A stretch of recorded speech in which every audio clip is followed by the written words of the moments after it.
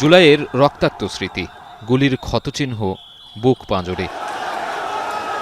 কর্তৃত্ববাদের শৃঙ্খল ভেঙে দিতে রাজপথে প্রতিবাদ, রক্তের বান, ভয়ের চাদর পেরিয়ে মহাকাল মারিয়ে অবশেষে আসে বিজয়। আমরা রাখছি তারুণ্যের এই বিজয়গাথার গল্পগুলো এখন স্মৃতির মানসপটে। এই ইতিহাস ধরে রাখার প্রয়াসেই আয়োজন চিত্রলেখায় জুলাই অভ্যুত্থান প্রদর্শনী। বৈষম্যহীন বাংলাদেশ বিনির্মাণের অংশ হিসেবে তথ্য ও সম্প্রচার মন্ত্রণালয়ের উদ্যোগে প্রেস ইনস্টিটিউট বাংলাদেশে 2 দিনের আয়োজন উদ্বোধন করেন উপদেষ্টা মাহফুজ আলম। সাথে ছিলেন জুলাই আন্দোলনে শহীদ শাকিলের মা বিবি আয়েশা।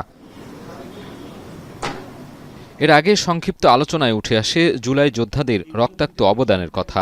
স্মৃতিচারণ করা হয় জুলাইয়ের দিনলিপি নিয়ে। এ সময় সন্তানের স্মৃতি মনে করে কান্নায় মূর্ছা যান শহীদ শাকিলের মা।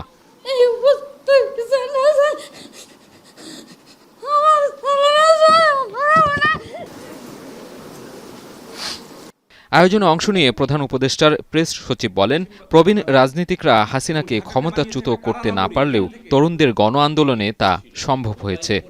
আমরা বলতাম না, এর একটা পোল্ট্রি চিকেন জেনারেশন, অনেকে খুব বাজেভাবে এই কথাগুলো বলতো, তো তারাও তো বের হয়ে আসছে। এই যে তরুণরা তো এই যে একটা চেঞ্জ আসলো, এই যে রেভলিউশন হলো, এই পুরোটার নেতৃত্বে ছিল তরুণরা। উপদেষ্টা মাহফুজ আলম বলেন, প্রশাসনকে কুক্ষিগত করে হাসিনা দেশের শাসন ব্যবস্থাকে দূষিত করেছিল। তার পতন বৈশ্বিক ঘটনা। বাংলাদেশে শেখ হাসিনা তার বাবার ভুল থেকে শিক্ষা গ্রহণ করে এই প্রশাসন যন্ত্রকে একটা ক্লায়েন্টিজমের মাধ্যমে পুরা তৃণমূল পর্যন্ত উনি নিজের দলের অধীন করেছেন। মূলত শেখ হাসিনা, শেখ মুজিব যেতটুকু করে যেতে পারেননি, তারই রেপ্লিকা অনুসরণ করে, ওই শাসন ব্যবস্থার রেপ্লিকা অনুসরণ করে উনি আসলে বাংলাদেশের জনগণের উপর নিপীড়ন চালিয়েছেন। জুলাই গণহত্যার বিচার প্রসঙ্গ নিয়ে তিনি বলেন, গণহত্যার কারিগরদের বিচার সম্পন্ন করতে পারলেই সফলতা আসবে, জানিয়ে অগ্রাধিকার ভিত্তিতে কাজ করছে সরকার।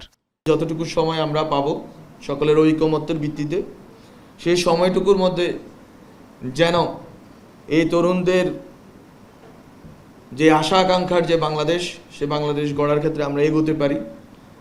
বিচার ও সংস্কারের এমন একটি পর্যায়ে আমরা যেতে পারি যেখানে মানুষ আশাহত হবে না। 2 দিনের উৎসবে জুলাই অভ্যুত্থান নিয়ে নির্মিত শ্রাবণ বিদ্রোহ সহ বেশ কিছু প্রামাণ্যচিত্র প্রদর্শিত হয়। এছাড়া অভ্যুত্থানের বাছাই করা আলোকচিত্র, গ্রাফিতি ও ভিডিও ঠাঁই পেয়েছে প্রদর্শনীতে। সাজিদ আরাফাত, এখন, ঢাকা।